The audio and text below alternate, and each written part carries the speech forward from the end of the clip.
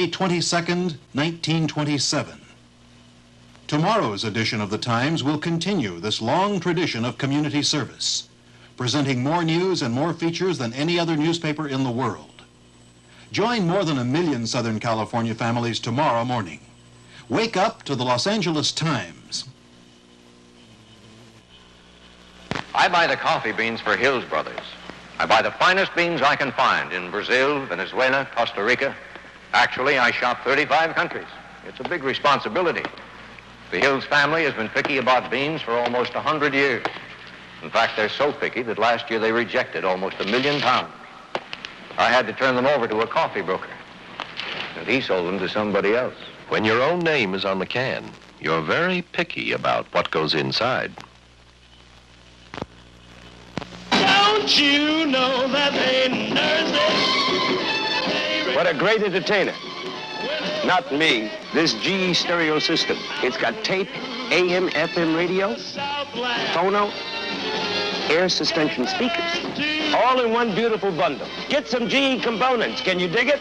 You can dig it. Now playing all over America, component systems by General Electric. At Dooley's. You know, it's crazy working in an election studio the night before the election takes place because there's absolutely nothing going on in here except a couple of our crack staff members wiring things up and putting...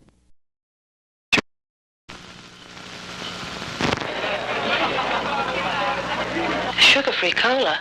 No, thanks. Sugar-free? No, thanks. Sugar-free colas are making the rounds these days, but a lot of calorie counters are saying no thanks and yes thanks to Diet Pepsi-Cola. Low enough in calories or we couldn't call it diet. Big enough in flavor or we wouldn't call it Pepsi. Diet Pepsi. Yes, thanks.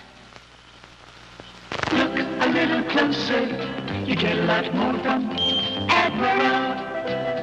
Remote control color TV used to cost over $400. Now you can turn me off, back on, turn to other channels. All for under $300 with this Admiral 16-inch color TV. It's the lowest price remote control color TV you can buy. Look a little closer. You get a lot more from Admiral. Make someone happy. That's the theme of your donor service. This United Way service is there to make suggestions for a happier Christmas for the underprivileged, the ill, or the handicapped. It will make your holidays happier, too.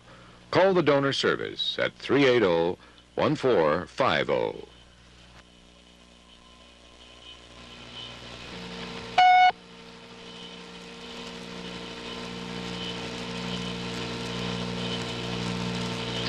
This is Senator Hubert Humphrey.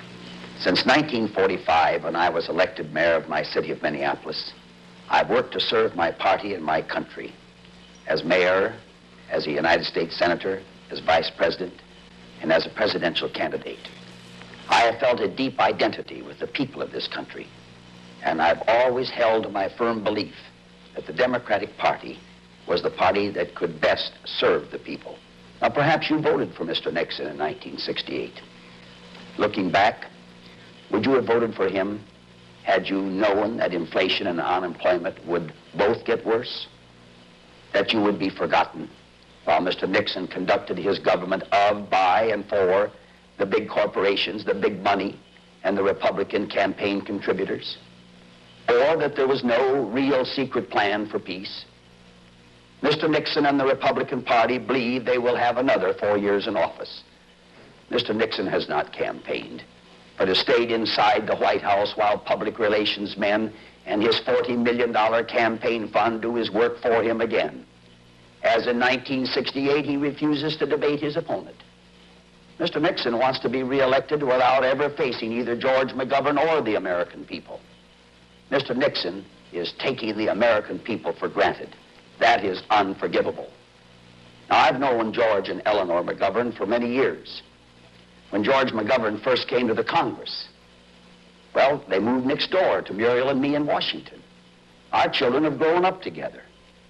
I've known Sarge and Eunice Shriver since the days we worked with President Kennedy to create the Peace Corps, and since we worked with President Johnson to win the war on poverty. I know them, and I trust them.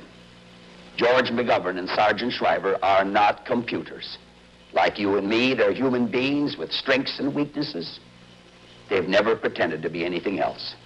They've cost this country from dawn to dark for many weeks, offering themselves to you, asking your help, telling you about their hopes and their plans for our country. The public opinion polls say they're far behind, just as the polls told John Kennedy that he was behind, just as they told Harry Truman he was behind, and just as they told me 4 years ago that I was behind. But they have never stopped, these men, McGovern and Shriver, fighting in their campaign. Now think for a minute about our country. What is it that you believe in? Do you believe, as Mr. Nixon and his party seem to, that the people are tired? They're no longer interested and they no longer care. Do you believe that after 4 years of broken promises, a man should be re-elected president without even campaigning among the people? I ask you now, if you work for a living, work with your hands or in an office, if you believe everyone who wants to work should have a job, if you want a tax system that's fair to you, if you want a better home for your family, a better school for your children, if you believe all people were created equal and deserve the same equal chance, if you still feel as I do that we can live together as one people, join me at the voting booth on Tuesday. In 1960, John Kennedy won the presidency by a handful of votes over Richard Nixon. In 1968, I lost the presidency by a handful of votes to Mr. Nixon. Only a few votes made the difference. Only a few people who stayed at home or didn't stay at home. Next Tuesday, it will be time to vote again. I don't have to tell you the difference it will make. Think of the long journey we've made together. Think of your hopes, not your fears. Vote for what you know is right. Vote for George McGovern and Sergeant Shriver. Come home to the Democratic Party now.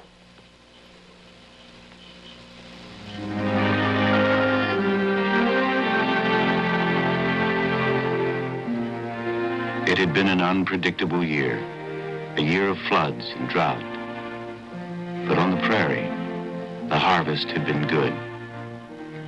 And as the seasons changed, for a moment the troubled air of the cities was clear. For some, it was a time of their labor's end, but for others, it was just beginning.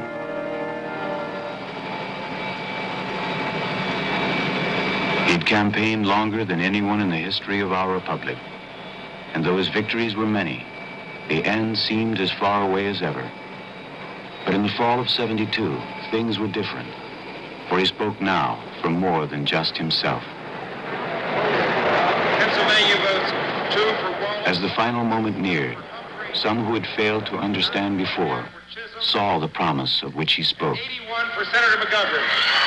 That puts him very close. Here it comes. The great state of Illinois.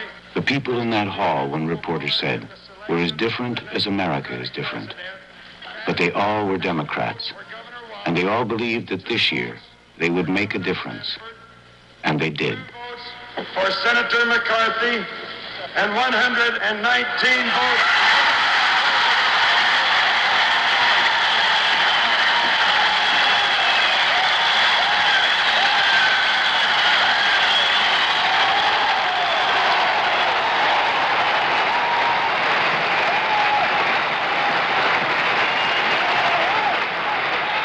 It was almost dawn when he finally spoke, and the experts said no politician would have planned it this way.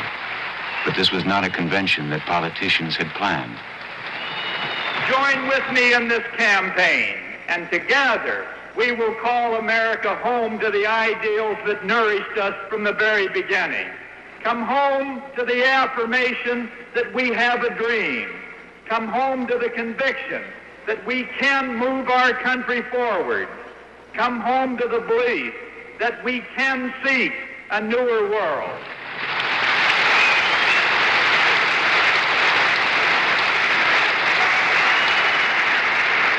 So let us close on this note. May God grant each one of us the wisdom to cherish this good land and to meet the great challenge that beckons us home. And now is the time to meet that challenge. Good night and Godspeed to you all. If there was joy in their parting, it was not to last, for unexpected events were soon to intervene. And perhaps now, more than ever, those who did not know him had a right to ask, who was he, and from where had he come? He was christened George Stanley McGovern, birthplace Avon, South Dakota. He grew up in Mitchell, started school there, but the more important lessons were learned at home.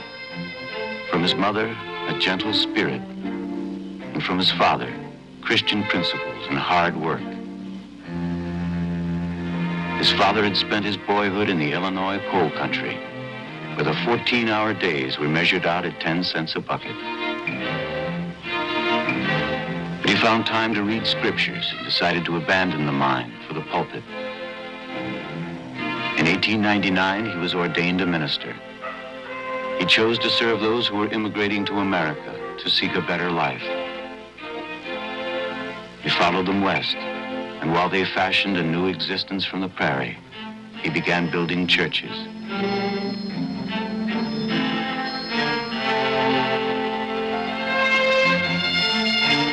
Reverend McGovern built his last church in Mitchell when George was 5. As a boy, George had his father's love of history, but he would not be spared the troubles of his own time.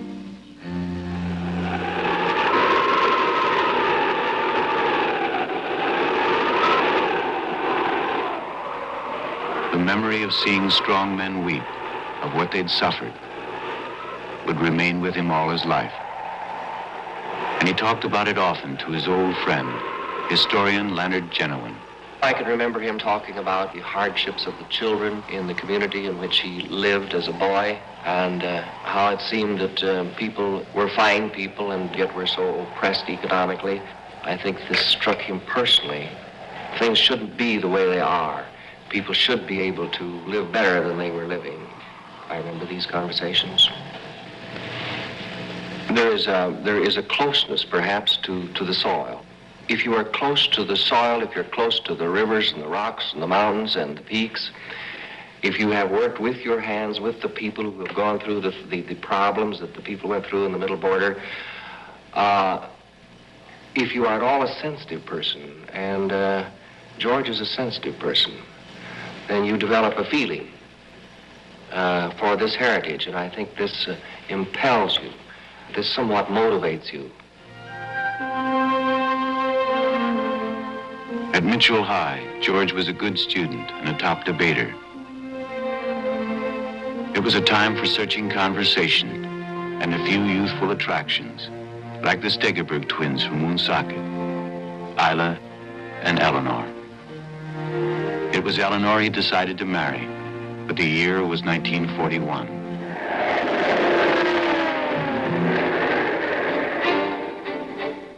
He chose to serve in the air, spent 15 months earning his wings, and went back to marry the girl from Woonsocket. A brief leave served for a honeymoon, and they said goodbye in Topeka, Kansas, and he went off to war.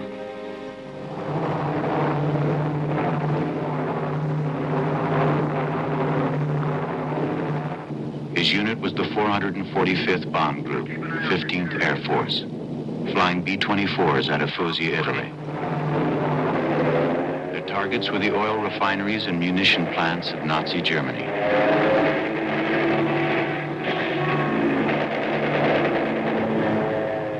But the cost was high.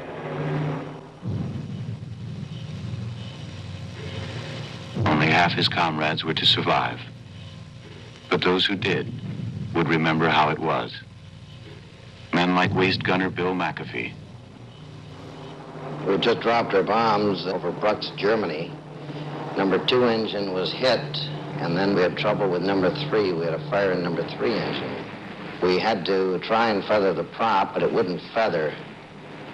At this time, we were over the Adriatic, and we were prepared to ditch. And then the navigator spotted a fighter landing strip in Yugoslavia, but it was awfully short. But rather than take a chance on ditching, George chose to go in there anyway for the safety of the crew.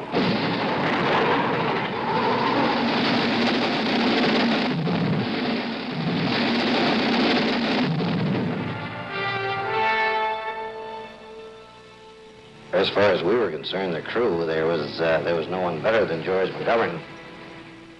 He finished his tour outwardly unscathed, but his pride in receiving the Distinguished Flying Cross was tempered by the haunting knowledge of its human cost. In 1945, his military service would come to an end. Having seen the destruction of war, he chose to build his future on the acts of peace. He began, like his father, in the pulpit. But his old love of history exerted a stronger pull, and he returned to the classroom. Eleanor, of course, went along, and by now there were a couple of new mouths to feed. The rooming house they lived in still stands, 710 Crock Street in Evanston. One of George's friends recalled later that on the GI Bill, on $30 a week, they all had to skimp and save pennies. It was not, Eleanor said, an ideal place for raising two small children. But we were young, and our friends all shared the same low budgets and high hopes. George had begun his studies with an eye to teaching, but his interest in politics was beginning to come to the front. His studies brought him a deepening sense of history and the legacy men of principle had left. Fellow student Bill Towner recalls the McGovern of that time. I think that the series of decisions he made after getting out of World War II and being sickened by the bombing and the slaughter were all linked to his desire to provide the kind of leadership which he recognized had to be a kind of moral leadership. I think it gave him a purpose, a direction, and led him, first of all, into the ministry, secondly, into history, and thirdly, into politics. His journey into politics began with what many said was an impossible task. For he set out alone to build a Democratic Party in the most Republican state in the Union. Week after week, he traveled his state in a borrowed Chevrolet, sometimes driving 100 miles to convince one person that his was the party of change. And though his critics said he was headed nowhere, by 1956, he had a different destination in mind. He became the first Democratic congressman from his state in 20 years. And he went to work in a way that won him respect in Washington and re-election at home. Then in 1961, he was called to serve at the side of a new president with a new idea: food for peace. Hunger is the companion of communism, said George McGovern. So he organized Food for Peace as a war against hunger.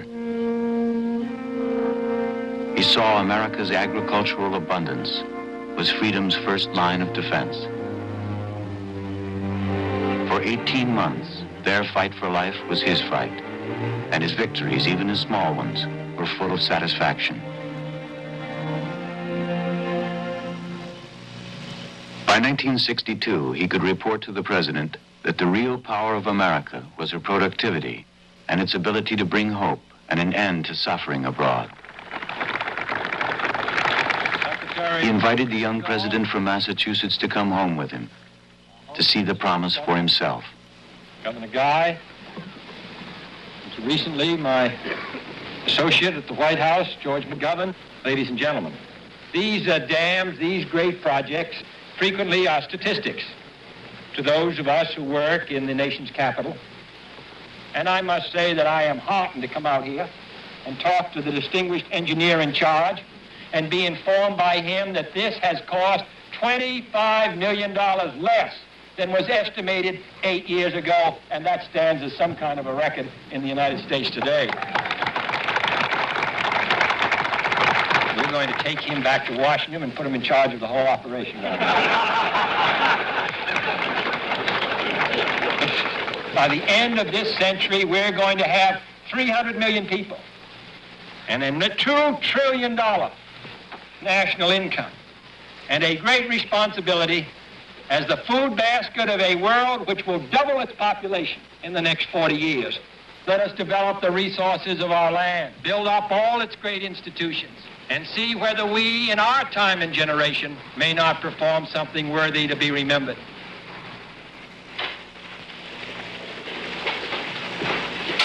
In 1962, he came to the Senate, his own man.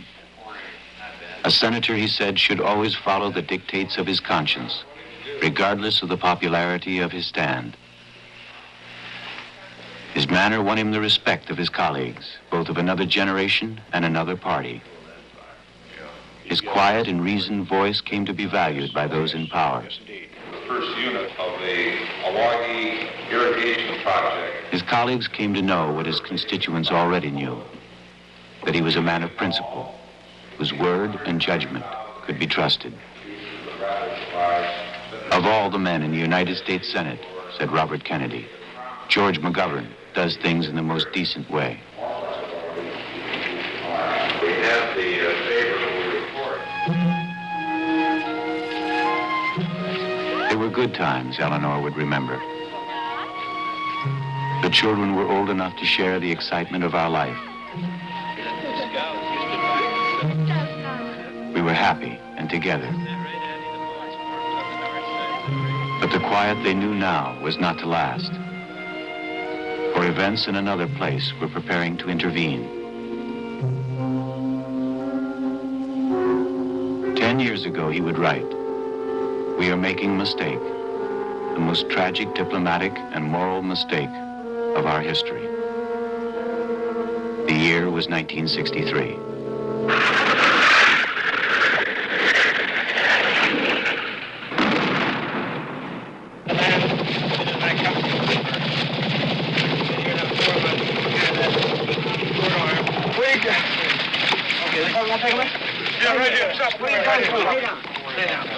Having known combat himself, he saw this conflict was different. "I have never regretted," he said, "my service as a bomber pilot in World War II. But I do not believe that Vietnam is that kind of testing ground of freedom. I cannot remain silent in the face of what I regard as a policy of madness."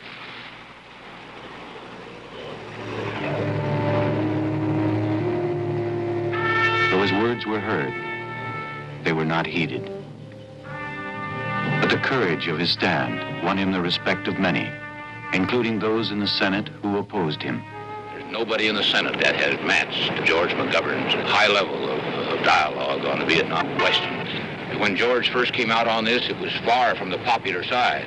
He had to decide where he was going to stand. He took that stand and took it with great courage, and this is the thing you respect.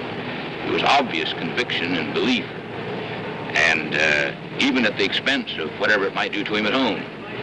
And I think this is a measure of great public character, and he certainly has it. What do you eat? What do you eat? I mean, what are the meals that you eat? The acts of conscience that had earned the respect of his opponents brought a closeness and a commitment from those who shared his cause.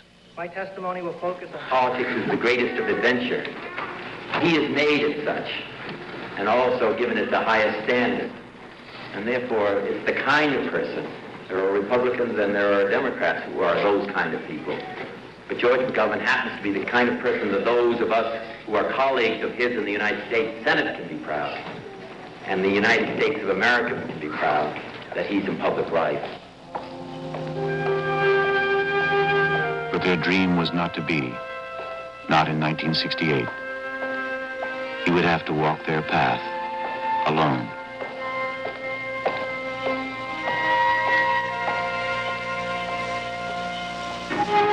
Everywhere he traveled, he saw people felt their government no longer cared, even to end the hunger of a child.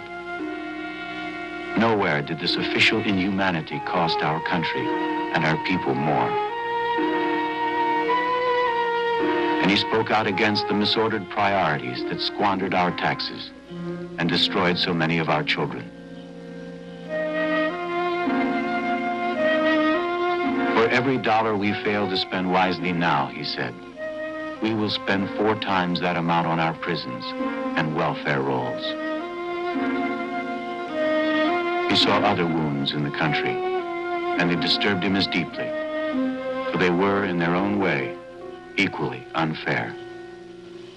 Well, I just lost my husband, and we had a terrific income, but it all went taking care of him now, and I'm really down to nothing. And I can't go to school for the rest of my life, and my folks aren't going to support me for the rest of my life. I mean, there ain't no jobs open. The greater imperative is to get the drugs out of the neighborhoods. This gets down to our crime rate, and the guy who's given up trying to make a buck and goes out and holds somebody up, he gets put in jail. We support him. He died. They found him in his room.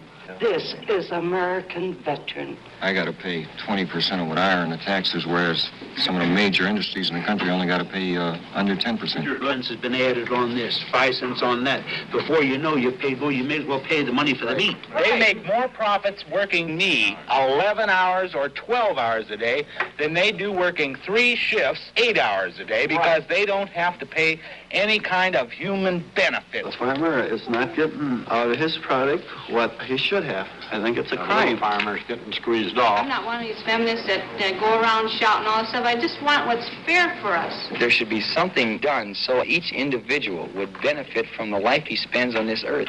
Just to work in a plant all those years to get your pension benefits, and then that's the end of your life. It just seems so ridiculous and unrewarding is really the word for it, unrewarding. I love the United States, but I love it enough so I want to see some changes made. The American people want to believe in their government, want to believe in their country, and I'd like to be one of those that provides the kind of leadership that would help restore that kind of faith. I don't say I can do it alone, of course I can't, but the president can help set a new tone in this country. He can help raise the vision and the faith and the hope of the American people, and that's what I'd like to try to do. I'd like to get a president that we can believe in. I now seek the presidency as a public servant whose career has been... His announcement, a year before everyone else, was not, in the words of one reporter, a prospect that brought fear to the hearts of the opposition. But perhaps what George McGovern was saying that day was heard more clearly in other rooms, in other places. They were, in the most part, unpaid volunteers, determined in 1972 to make the process work. In a time when elections depended on the secret contributions of a few, his campaign would be financed in a different way. We don't have special interests contributing to the McGovern campaign. The money has come in contributions of $5, $10, $15. One man wrote a letter and said, we'll eat bologna and hot dogs for a while in order to contribute another $5 a month to the campaign. Now, that kind of support makes a candidate feel that he has a real obligation to the people. 50 with another, we sent 100 more. He often walked the campaign trail alone, little known by the voters, and often ignored by the press. Slowly, even the national press sensed that something was happening, something new in American politics. They began to listen to this man. He was on the move. Within 2 months, he had eliminated the front runner, and the power brokers began to see that the people were not to be denied. Not this time. Everywhere he campaigned, the victories he had sought so long began to appear. And the joy and the gathering momentum of his success he would share with Eleanor. The triumph that surrounded him now was hers as well, for they had made this journey of 30 years together. And perhaps he would find, in the memory of their path, a way out of the wilderness for us all.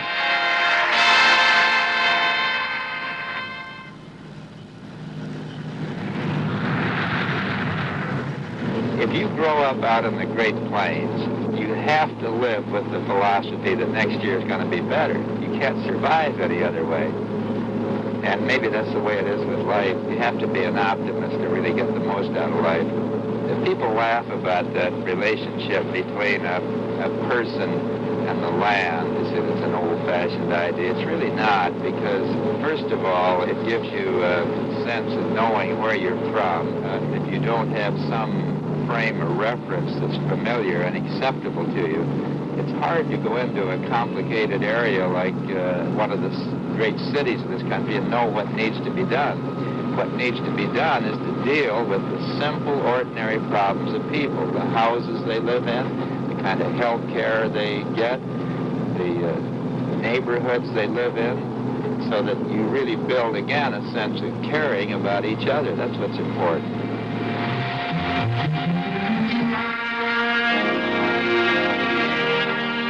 This country was conceived by men who had a dream of human dignity and justice and concern for each other.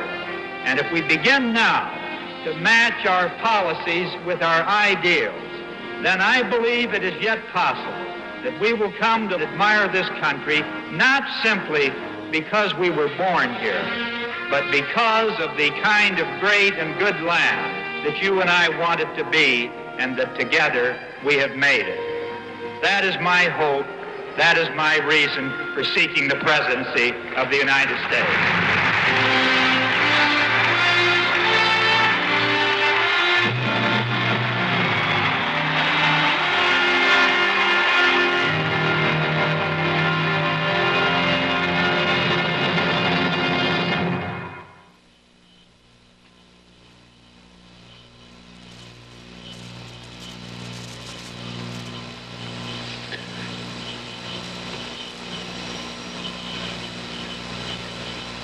This is the NBC television network.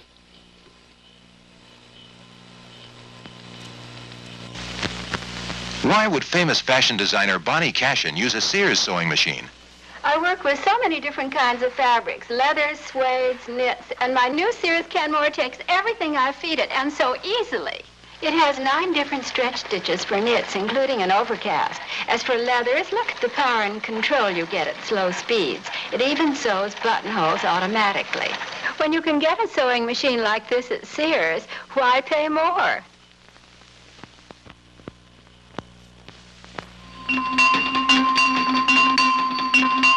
Dry cleaners are easily spotted in the yellow pages. New York, first class all the way. We'll give you New York on a platter for only $1.99 at the Sizzler. Lollapalooza Book Sale and Fair with music, entertainment, and children's shows. Sunday, November 12th, 11 to 5 at the Downtown Central Library. KNBC Los Angeles.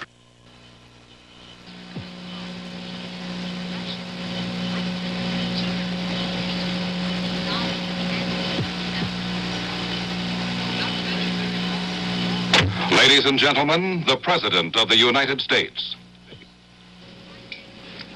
Good evening. Tomorrow, 100 million Americans will have an opportunity to participate in a decision that will affect the future of America and the future of the world for generations to come. Regardless of how you vote, I urge each of you to vote. By your vote, you can make sure that this historic decision will be a decision made by a majority of all Americans eligible to vote, and not simply left to the minority who might have bothered to vote. I'm not going to insult your intelligence tonight or impose upon your time by rehashing the issues of the campaign or making any last-minute charges against our opponents. You know what the issues are. You know that this is the clearest choice Americans have probably had for president in this century. I would, however, urge that you have in mind tomorrow one overriding issue, and that is the issue of peace, peace in Vietnam, and the broader issue of peace in the world. As you know, we made a breakthrough in the negotiations which will lead to peace in Vietnam. We have agreed that there will be a ceasefire. We have agreed that all of our prisoners of war will be returned and the missing in action will be accounted for. And we have agreed that the people of South Vietnam will determine their own future and not have a communist government or a coalition government imposed upon them against their will. There are some details that we are insisting still be worked out. We insist because we want to be sure that this will be not simply a temporary peace, but a peace that will last. But I am completely confident, as I speak to you tonight, that we will soon reach agreement which will end the war in Vietnam. You can help achieve that goal. By your votes, you can send a message to those with whom we are negotiating and to the leaders of the world that you back the President of the United States as he insists that we seek peace with honor and never peace with surrender. I will not go into other issues tonight except to say simply that as we achieve our goal of peace, we will open the door to enormous progress in so many other fields. It means that we can have full employment without having inflation or war, a goal we haven't had since President Eisenhower was president 15 years ago. It means we can have progress on the many programs that I have advocated over the 4 years for better education and better health, better housing, better transportation, better environment for all of the American people. It means that we can move forward toward our goal of more opportunity for every American, regardless of his background, to have a chance to go as high as his talents will take him. All of these are great goals. We have made a beginning.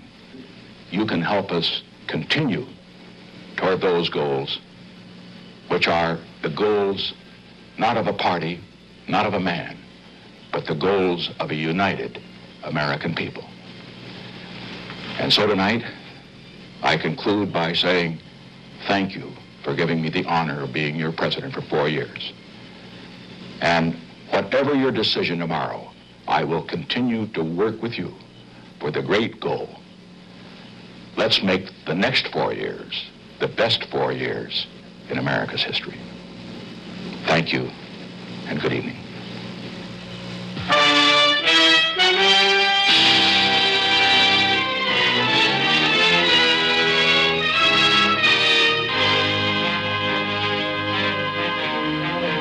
There may be more imposing structures than this, but few so loved. In 2 centuries, only 36 tenants have occupied the White House, on temporary lease from that most demanding and generous of landlords, the people of the United States. Here, each in his time has weighed the fateful decisions that have become our history.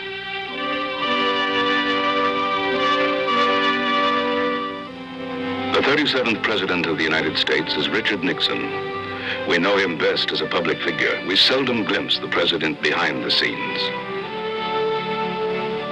But now we shall take measure of the man as he works, gather insight from those who know him best, see revealed something of the man whose vision guides the nation, whose actions affect the world.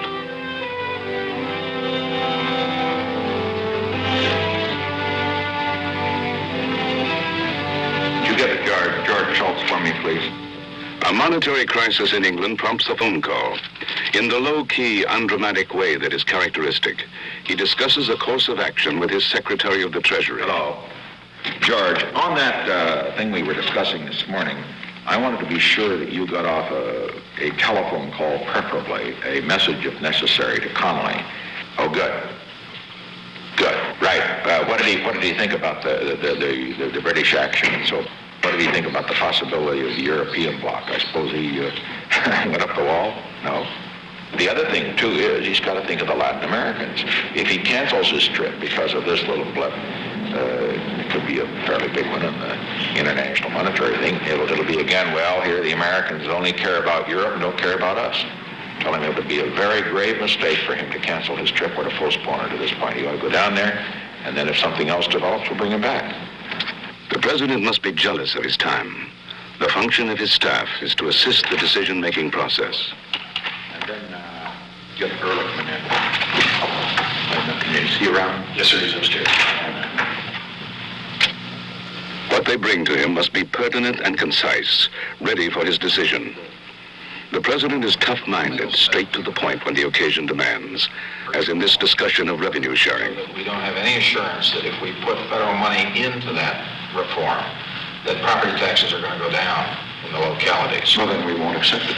Well, what's the matter with these clowns? Well, it's a question of local option. You remember, you've got a lot of local government people on that commission. The whole purpose of this is to get property taxes down. The purpose of this is not to increase the budgets for local officials to continue to raise property taxes. That's what I thought you said. And unless you put the heat on these local officials, they'll just take the money and pour it into all their pet projects and not get the projects. That's what's happening. Not the way it's going to be. He is a completely professional president. That he was certainly trained for the job, that he has the basic qualities that the President of the United States has to have: intelligence, discipline, stamina, real vitality, sense of history, confidence. He has a very healthy distrust of what comes up as the official, quote, intelligence. I saw some of this develop, of course, in the Eisenhower years. And Eisenhower, being the great man he was, had a very healthy distrust of, quote, military intelligence. And he always wanted to double-check everything. And this is true of President Nixon. He goes to other sources, whether it's data that involves South Vietnam, information that's supposed to be official, and I think probably some of his predecessors got into very great difficulty because they took at face value the kind of material that were given to him in official briefings. We don't have information. We don't know whether there's more addicts. We don't know whether there are more drugs available. I would guess that there are more addicts. The statistics are pretty poor. Yes, they are. Probing for information, the president demands accuracy. Seeking to stem the flow of heroin, he prepares for a difficult decision. A plan evolves to curtail the Turkish opium crop. The ultimate weapon is a bigger subsidy. We will use it. It is worth it. It's worth $50 million this year if that's what it costs to buy a $3 million crop. If it'll do the job. Now, it may be Turkey's social problems and the political problems and the rest and their embarrassment that won't do the job. My guess is that $50 million would do it, but it is worth it to this country. If that will do the job, pay $50 million. 60% of all of opium poppy, which is, of course, the raw material from which heroin is made, is grown in Turkey. The joint announcement that is being made at this time in Washington and Ankara represents by far the most significant breakthrough that has been achieved in stopping the source of supply of heroin and in our worldwide offensive against dangerous drugs. The cultivation of the opium poppy is expected to end within the year. Thus, a presidential action is implemented, a presidential decision made. A president is hired, basically, to make the big decisions that no one else can make as well. And he isn't going to do that unless he finds a way to develop his time and find the time to do it. If one staff member had a strong view or one cabinet member had a strong view, I made sure that I had the views of another staff member or cabinet member there as well. And then I go into the quiet, not so much of the Oval Office, maybe to Camp David, maybe over to the executive office building where I have a so-called hideaway. And then I finally make the decision there. I'd have to say categorically that never has any man, and it's taken this very unusual set of circumstances, come into the presidency as a better student, in the best sense of that word, of the office of the presidency. As President Eisenhower's special emissary, he became a tireless traveler to Latin America, to Europe, and other parts of the world. He fulfilled many roles: goodwill ambassador, presidential fact finder, negotiator. Teach us some things, and it will teach you some things too. Because after all, you don't know everything. In a visit to the Soviet Union, he engaged the earthy, combative Premier Khrushchev in a famous no-holds-barred debate, which was recorded by American television cameras. Among other things, the Soviet premier accused the vice president of planning to keep the American audience from hearing his words.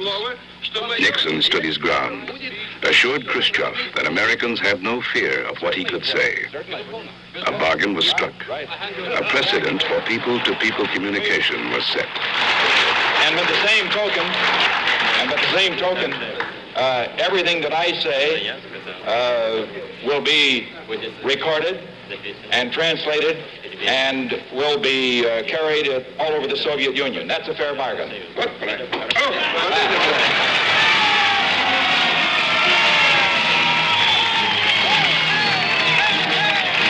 In 1960, he himself sought the presidency, qualified by a depth and diversity of experience unmatched by any candidate for the highest office in the land. But after a meteoric rise, he suffered a major defeat. If this trend does continue and he does become our next president, that he will have my wholehearted support and yours too. Looking back, I think that being out of office, going through the trauma of defeat and disappointment, nobody has really been defeated until he's been defeated after running for president. But after having been through that, and then to have to come back, a man develops a certain strength in adversity that you never get in success. He works constantly, and whether it's in the automobile or the chopper or the aircraft, or whether it's in Florida or the West Coast or Camp David, he's always working. I think he thrives on work. I think probably it's his only method of relaxation. I think the challenge to him is something that he looks forward to. The solution of it is what really gives him the drive to go on. There are many sides, many moods to this man. Serious-minded, solitary at times. His work has its lighter side. He enjoys people. A memorable evening at the White House honors composer Duke Ellington.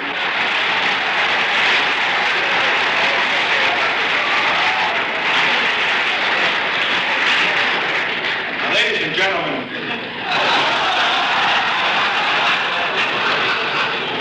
please don't go away. Duke was asking earlier if I would play, and I said I had never done so yet in the White House, but it did occur to me as I looked at the magnificent program prepared for us that one number was missing. You see, this is his birthday. Now, Duke Ellington is ageless, but would you all stand and sing happy birthday to him, and please in the key of G.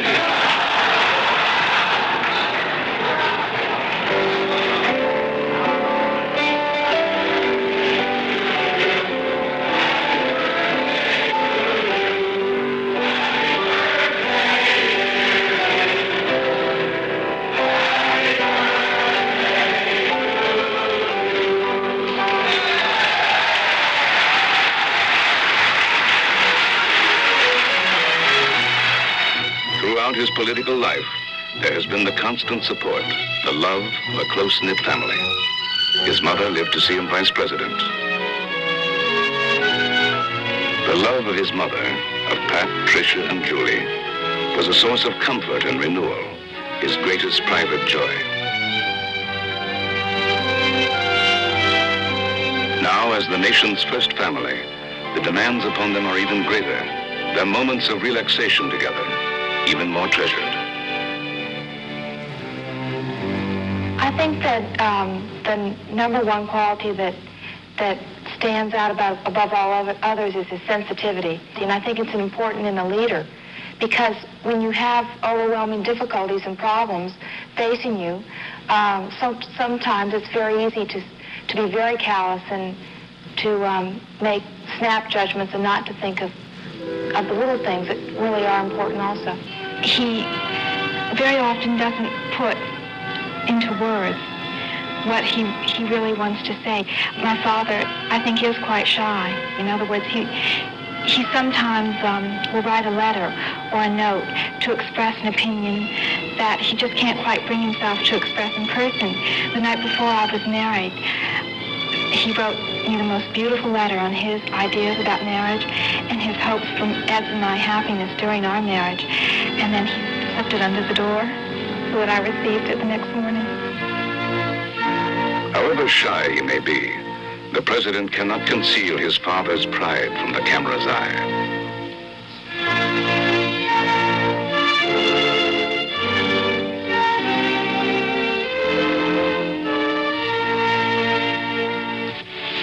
When you take kindergarten kids and put them on a bus for an hour and a half. When they got a school they could walk to 5 minutes away. Now that's wrong. It's wrong for the white children. It's wrong for the black children. Massive busing produces inferior education, and education's the name of the game. And the thing we've got to do, John, is to keep it out of this racial fight, because, see, one of the problems with massive busing, instead of, as it was intended to do, to bring people together, you know, and to knock down the racial barriers, it's creating hatred and strife, such as we have seen explode in recent months. There's a study. We simply aren't going to have that anymore. We ought to have a recruiting program at the high school and college level, not just for these symbolistic jobs. We don't want to have basically a White House Mexican, or a White House Negro, or a White House woman, and so forth. That's what everybody else has done. I mean, this whole jazz about the effect of, well, there ought to be a woman in the cabinet, or a Mexican in the cabinet, or Italian in the cabinet. That isn't what matters. What matters is that whoever a person is, he's got to feel, whatever his background is, that he's got a chance to come into government and is welcome, because, again, it's for the interests of the country. He was a boy in a family of boys. They were poor. I can remember his telling me one night about, we were on a trip somewhere, and we got talking about the poor. And he said, well, you know, there were in the summer in California, we boys used to work in the tomato fields, and they'd bring tomatoes home. And he said there would be days and days when we'd live on nothing but tomatoes, tomato soup and sliced tomatoes and tomato paste on bread and that kind of thing.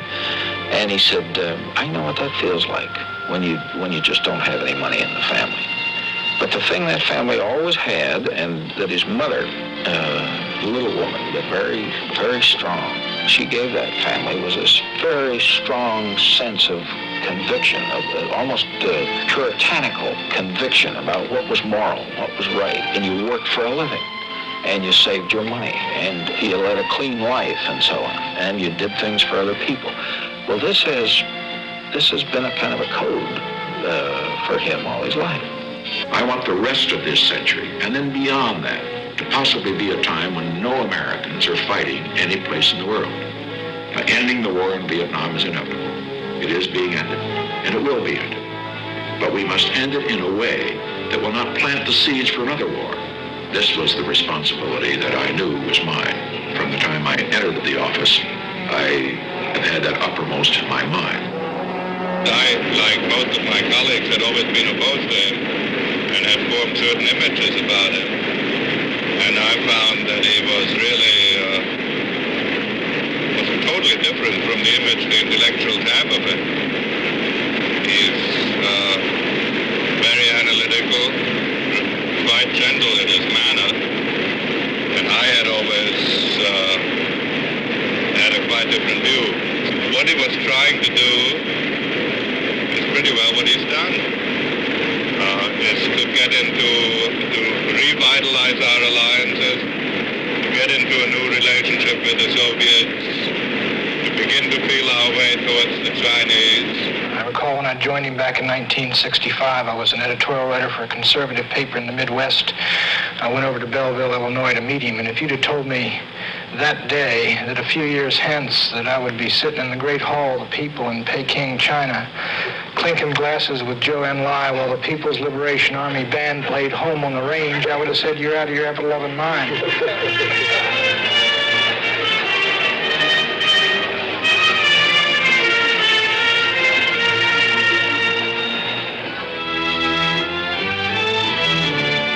In China, with Zhou Enlai, President Nixon begins a dialogue which marks an historic change in American policy. A political realist, the president knows that communication with China is indispensable to his grand design, the result of a long, careful planning, of a vision for peace born long ago. On the eve of his departure, the president takes a moment to pay tribute to his young Chinese interpreter. I express my appreciation to my Chinese voice, to Mrs. Chang. I listened to her translation. She got every word right.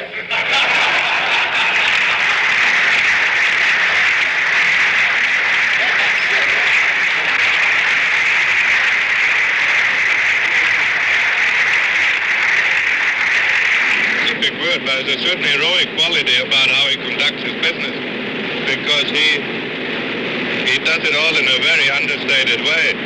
Because I can only judge foreign policy, and I believe that his impact on foreign policy will be historic, no matter what happens. The thrust for peace leads to the Soviet Union. The president will not be dissuaded by the days of hard negotiation ahead. The opportunity to reduce world tension is at hand, and he achieves a breakthrough with agreements in environment, space, medicine, and a trade pact creating new jobs for Americans. But most significant of all, a treaty to limit arms. The president has traveled a great distance. He has reached out across barriers of space and suspicion.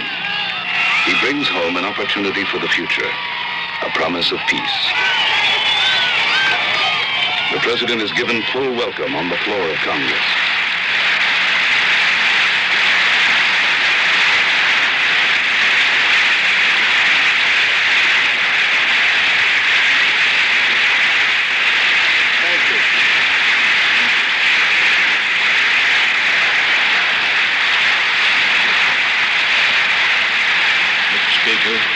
The president is heard by his government and by his people across the breadth of America.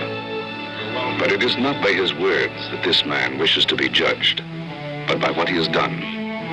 This is a man of deeds, more than rhetoric. A man of vision, born out of his own trials, his own succeeding. This is a man who calls out to America to have faith in itself, to go forward without fear, to build on the foundations he has laid down. And America will hear him.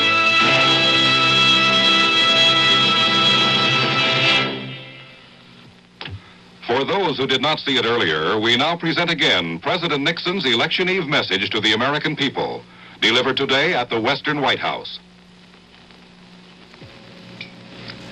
Good evening. Tomorrow, 100 million Americans will have an opportunity to participate in a decision that will affect the future of America and the future of the world for generations to come. Regardless of how you vote, I urge each of you to vote. By your vote, you can make sure that this historic decision will be a decision made by a majority of all Americans eligible to vote, and not simply left to the minority who might have bothered to vote. I'm not going to insult your intelligence tonight or impose upon your time by rehashing the issues of the campaign or making any last-minute charges against our opponents. You know what the issues are. You know that this is the clearest choice Americans have probably had for president in this century. I would, however, urge that you have in mind tomorrow one overriding issue, and that is the issue of peace in Vietnam, and the broader issue of peace in the world. As you know, we made a breakthrough in the negotiations which will lead to peace in Vietnam. We have agreed that there will be a ceasefire. We have agreed that all of our prisoners of war will be returned and the missing in action will be accounted for. And we have agreed that the people of South Vietnam will determine their own future and not have a communist government or a coalition government imposed upon them against their will. There are some details that we are insisting still be worked out. We insist because we want to be sure that this will be not simply a temporary peace, but a peace that will last. But I am completely confident, as I speak to you tonight, that we will soon reach agreement which will end the war in Vietnam. You can help achieve that goal. By your votes, you can send a message to those with whom we are negotiating and to the leaders of the world that you back the President of the United States as he insists that we seek peace with honor and never peace with surrender. I will not go into other issues tonight except to say simply that as we achieve our goal of peace, we will open the door to enormous progress in so many other fields. It means that we can have full employment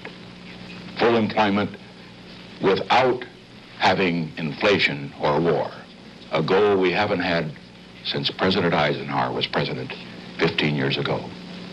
It means we can have progress on the many programs that I have advocated over the 4 years for better education and better health, better housing, better transportation, better environment for all of the American people.